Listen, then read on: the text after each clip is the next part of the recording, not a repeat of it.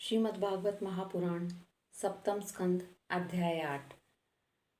नरसिंह भगवान का प्रादुर्भाव, हिरण्यकशिपु का वध एवं ब्रह्मा आदि देवताओं द्वारा भगवान की स्तुति। नारद जी कहते हैं, प्रहलाद जी का प्रवचन सुनकर दैत्य बालकों ने उसी समय से निर्दोष होने के कारण उनकी बात पकड़ ली। गुरु जी की दूषित शिक्षा की ओर उन्होंने ध्यान ही न दिया। जब गुरु जी ने देखा कि उन सभी विद्यार्थियों की बुद्धि एकमात्र भगवान में स्थिर हो रही है, तब वे बहुत घबराए और तुरंत हिरण्यकशिपु के पास जाकर निवेदन किया। अपने पुत्र प्रहलाद की इस असहाय और अप्रिय नीति को सुनकर क्रोध के मारे उसका शरीर थर थर कांपने लगा। अंत में उसने यही निश्चय किया कि प्रहलाद को अब अपने ही हाथ से मार डालना चाहिए। मन और इंद्रियों को वश में रखने वाले प्रहलाद जी बड़ी विनम्रता से हाथ जोड़कर चुपचाप हिरण्यकशिपु के सामने खड़े थे और तिरस्कार के सर्वदा अयोग्य थे, परंतु हिरण्यकशिपु स्वभाव से ही क्रूर था। वह पैर की चोट खाए हुए सांप की तरह फुंकारने लगा। उसने उनकी ओर पाप भरी दृष्टि से देखा और कठोर वाणी में डांटते हुए कहा, मूर्ख, तू बड़ा उदंड हो गया है, स्वयं तो नीच है ही, अब हमारे कुल के और बालकों को भी फोड़ना चाहता है। तूने बड़ी ढिठाई से मेरी आज्ञा का उल्लंघन किया है। आज ही मैं तुझे यमराज के घर भेजकर इसका फल चखाता हूँ। मैं तनिक सा क्रोध करता हूँ तो तीनों लोक और उसके लोकपाल कांप उठते हैं। फिर मूर्ख, तूने किसके बलबूते पर निडर की तरह मेरी आज्ञा के विरुद्ध काम किया है? प्रहलाद जी ने कहा, दैत्यराज, ब्रह्मा से लेकर तिनके तक सब छोटे बड़े चर अचर जीवों को भगवान ने ही अपने वश में कर रखा है। न केवल मेरे और आपके, बल्कि संसार के समस्त बलवानों के बल भी केवल वही हैं। वे ही महापराक्रमी सर्वशक्तिमान प्रभु काल हैं तथा समस्त प्राणियों के इंद्रिय बल, मनोबल, देहबल, धैर्य और इंद्रिया भी वही हैं। वही परमेश्वर अपनी शक्तियों के द्वारा इस विश्व की रचना, रक्षा और संहार करते हैं। वे ही तीन गुणों के स्वामी हैं। आप अपना यह असुर भाव छोड़ दीजिए, अपने मन को सबके प्रति समान बनाइए। इस संसार में अपने वश में न रहने वाले कुमार्गगामी मन के अतिरिक्त और कोई शत्रु नहीं है। मन में सबके प्रति समता का भाव लाना ही भगवान की सबसे बड़ी पूजा है।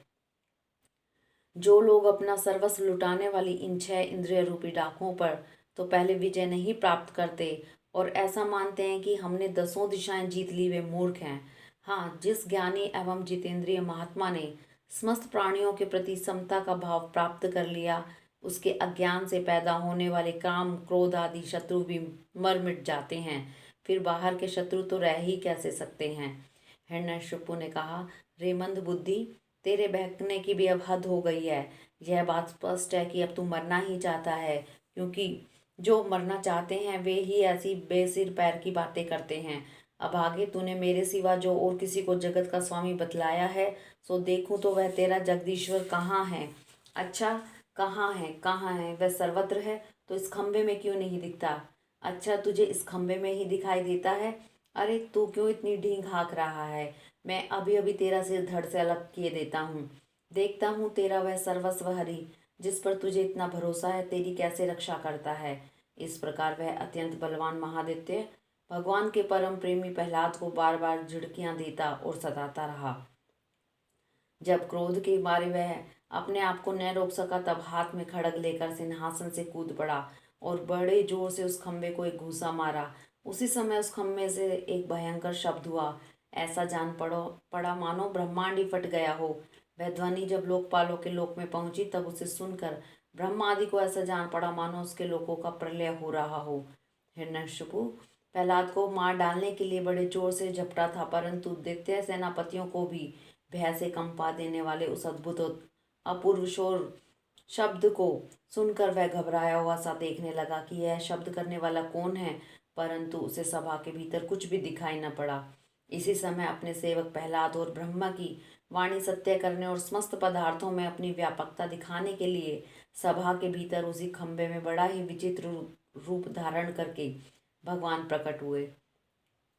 वह रूप न तो पूरा पूरा सिंह का ही था और न मनुष्य का ही। जिस समय हिरण्यकशिपु शब्द करने वाले की इधर उधर खोज कर रहा था, उसी समय खंबे के भीतर से निकलते हुए उस अद्भुत प्राणी को उसने देखा। वह सोचने लगा, ओहो, यह न तो मनुष्य है न पशु, फिर यह नरसिंह के रूप में कौन सा अलौकिक जीव है? जिस समय हिरण्यकशिपु इस उधेड़ बुन में लगा हुआ था, उसी समय उसके सामने ही नरसिंह भगवान खड़े हो गए। उनका वह रूप अत्यंत भयावना था। तपाए हुए सोने के समान पीली पीली भयानक आंखें थी। जम्भाई लेने से गर्दन के बाल इधर उधर लहरा रहे थे। दाढ़ें बड़ी विकराल थी। तलवार की तरह लपलपाती हुई छुरे की धार के समान तीखी जीभ थी। टेढ़ी भौहों से उनका मुख और भी दारुण हो रहा था। कान निश्चल एवं ऊपर की ओर उठे हुए थे। फूली हुई नासिका और खुला हुआ मुंह पहाड़ की गुफा के समान अद्भुत जान पड़ता था। फटे हुए जबड़ों से उसकी भयंकरता बहुत बढ़ गई थी। विशाल शरीर स्वर्ग का स्पर्श कर रहा था। गर्दन कुछ नाटी और मोटी थी। छाती चौड़ी और कमर बहुत पतली थी। चंद्रमा की किरणों के समान सफेद रोए सारे शरीर पर चमक रहे थे। चारों ओर सैकड़ों भुजाएं फैली हुई थी, जिनके बड़े बड़े नख आयुध का काम देते थे। उनके पास फटकने तक का साहस किसी को न होता था। चक्र आदि अपने निज आयुध एवं ब्रज आदि अन्य श्रेष्ठ शस्त्रों के द्वारा उन्होंने सारे दैत्य दानवों को भगा दिया। हिरण्यकशिपु सोचने लगा, हो न हो महामायावी विष्णु ने मुझे मार डालने के लिए यह ढंग रचा है, परंतु इसकी इन चालों से हो ही क्या सकता है। इस प्रकार कहता और सिंहाद करता हुआ दैत्यराज हिरण्यकशिपु हाथ में गदा लेकर नरसिंह भगवान पर टूट पड़ा। परंतु जैसे पतंगा आग में गिरकर अदृश्य हो जाता है, वैसे ही वह दैत्य भगवान के तेज के भीतर जाकर लापता हो गया। समस्त शक्ति और तेज के आश्रय भगवान के संबंध में ऐसी घटना कोई आश्चर्यजनक नहीं है, क्योंकि सृष्टि के प्रारंभ में उन्होंने अपने तेज से प्रलय के निमित्त भूत तमोगुण रूपी घोर अंधकार को भी पी लिया था। तदंतर वह दैत्य बड़े क्रोध से लपका और अपनी गदा को बड़े जोर से घुमाकर उसने नरसिंह भगवान पर प्रहार किया।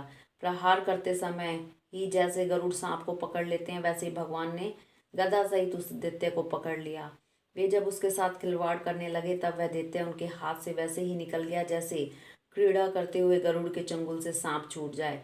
युधिष्ठिर उस समय सबके सब लोकपाल बादलों में छिपकर इस युद्ध को देख रहे थे। उनका स्वर्ग तो हिरण्यकशिपु ने पहले ही छीन लिया था। जब उन्होंने देखा कि वह भगवान के हाथ से छूट गया, तब वे और भी डर गए। हिरण्यकशिपु ने यह समझा कि नरसिंह ने मेरे बलवीर्य से डरकर ही मुझे अपने हाथ से छोड़ दिया है। इस विचार से उसकी थकान जाती रही और युद्ध के लिए ढाल तलवार लेकर फिर उनकी ओर दौड़ पड़ा। उस समय वह बाज की तरह बड़े वेग से ऊपर नीचे उछल कूद कर इस प्रकार ढाल तलवार के पैंतरे बदलने लगा कि जिससे उस पर आक्रमण करने का अवसर ही न मिल सके। तब भगवान ने बड़े ऊंचे स्वर से प्रचंड और भयंकर अट्टहास किया, जिससे हिरण्यकशिपु की आंखें बंद हो गई। फिर बड़े वेग से झपटकर भगवान ने उसे वैसे ही पकड़ लिया जैसे सांप चूहे को पकड़ लेता है। जिस हिरण्यकशिपु के चमड़े पर ब्रज की चोट से भी खरोंच नहीं आई थी, वही अब उसके पंजे से निकलने के लिए जोर से छटपटा रहा था। भगवान ने सभा के दरवाजे पर ले जाकर उसे अपनी जांघों पर गिरा लिया और खेल खेल में अपने नखों से उसे उसी प्रकार फाड़ डाला जैसे गरुड़ महाविषधर सांप को चीर डालते हैं। उस समय उनकी क्रोध से भरी विकराल आंखें की ओर देखा नहीं जाता था। वे अपनी लपलपाती हुई जीभ से फैले हुए मुंह के दोनों कोने चाट रहे थे। खून के छींटों से उनका मुंह और गर्दन के बाल लाल हो रहे थे। हाथी को मारकर गले में आंतों की माला पहने हुए मृगराज के समान उनकी शोभा हो रही थी। उन्होंने अपने तीखे नखों से हिरण्यकशिपु का कलेजा फाड़कर उसे जमीन पर पटक दिया। उस समय हजारों दैत्य दानव हाथों में शस्त्र लेकर भगवान पर प्रहार करने के लिए आए, पर भगवान ने अपनी भुजा रूपी सेना से, लातों से, नख रूपी शस्त्रों से चारों ओर खदेड़ खदेड़ कर उन्हें मार डाला। युधिष्ठिर, उस समय भगवान नरसिंह के गर्दन के बालों की फटकार से बादल तितर बितर होने लगे। उनके नेत्रों की ज्वाला से सूर्य आदि ग्रहों का तेज फीका पड़ गया। उनके श्वास के धक्के से समुद्र क्षुब्ध हो गए। उनके सिंहनाद से भयभीत होकर दिग्गज चिघाड़ने लगे। उनके गर्दन के बालों से टकराकर देवताओं के विमान अस्त व्यस्त हो गए। स्वर्ग डगमगा गया। उनके पैरों की धमक से भूकंप आ गया। वेग से पर्वत उड़ने लगे। उनके तेज की चकाचौंध से आकाश और दिशाओं का दिखना बंद हो गया। इस समय नरसिंह भगवान का सामना करने वाला कोई दिखाई न पड़ता था। फिर भी उनका क्रोध अभी बढ़ता ही जा रहा था। वे हिरण्यकशिपु की राजसभा में उच्च सिंहासन पर जाकर विराज गए। उस समय उनके अत्यंत तेजपूर्ण और क्रोध भरे भयंकर चेहरे को देखकर किसी का भी साहस न हुआ कि उनके पास जाकर उनकी सेवा करें। युधिष्ठिर, जब स्वर्ग की देवियों को यह शुभ समाचार मिला कि तीनों लोगों के सिर की पीड़ा का मूर्तिमान स्वरूप हिरण्यकशिपु युद्ध में भगवान के हाथों मार डाला गया, तब आनंद के उल्लास से उनके चेहरे खिल उठे। वे बार बार भगवान पर पुष्पों की वर्षा करने लगी। आकाश में विमानों से आए भगवान के दर्शनार्थी देवताओं की भीड़ लग गई। देवताओं के ढोल और नगाड़े बजने लगे, गंधर्व राज गाने लगे, अप्सराएं नाचने लगी। तात इसी समय ब्रह्मा, इंद्र, शंकर आदि देवता, ऋषि, पितर, सिद्ध, विद्याधर, महानाग, मनु, प्रजापति, गंधर्व, अप्सराएं, चारण, यक्ष, किमपुरुष, बैताल, सिद्ध, किन्नर और सुनंद, कुमुद आदि भगवान के सभी पार्षद उनके पास आए। उन लोगों ने सिर पर अंजलि बांधकर सिंहासन पर विराजमान अत्यंत तेजस्वी नरसिंह भगवान की थोड़ी दूर से अलग स्तुति की। ब्रह्मा जी ने कहा, प्रभु आप अनंत है, आपकी शक्तियों का कोई पार नहीं पा सकता। आपका पराक्रम विचित्र और कर्म पवित्र हैं। यद्यपि गुणों के द्वारा आप लीला से ही संपूर्ण विश्व की उत्पत्ति, पालन और प्रलय यथोचित ढंग से करते हैं, फिर भी आप उनसे कोई संबंध नहीं रखते, स्वयं निर्विकार रहते हैं। मैं आपको नमस्कार करता हूँ। श्री रुद्र ने कहा, आपके क्रोध करने का समय तो कल्प के अंत में होता है। यदि इस तुच्छ दैत्य को मारने के लिए आपने क्रोध किया है तो वह मारा जा चुका है। उसका पुत्र आपकी शरण में आया। भक्त वत्सल प्रभु, आप अपने इस भक्त की रक्षा कीजिए। इंद्र ने कहा, पुरुषोत्तम आपने हमारी रक्षा की है। आपने हमारे जो यज्ञभाग लुटाए हैं वे वास्तव में अंतर्यामी के ही हैं। दैत्यों के आतंक से संकुचित हमारे हृदय कमल को आपने प्रफुल्लित कर दिया। वह भी आपका ही निवास स्थान है। यह तो स्वर्ग आदि का राज्य हम लोगों को पुण्य प्राप्त हुआ है। यह सब काल का ग्रास है। जो आपके सेवक है उनके लिए यह है ही क्या।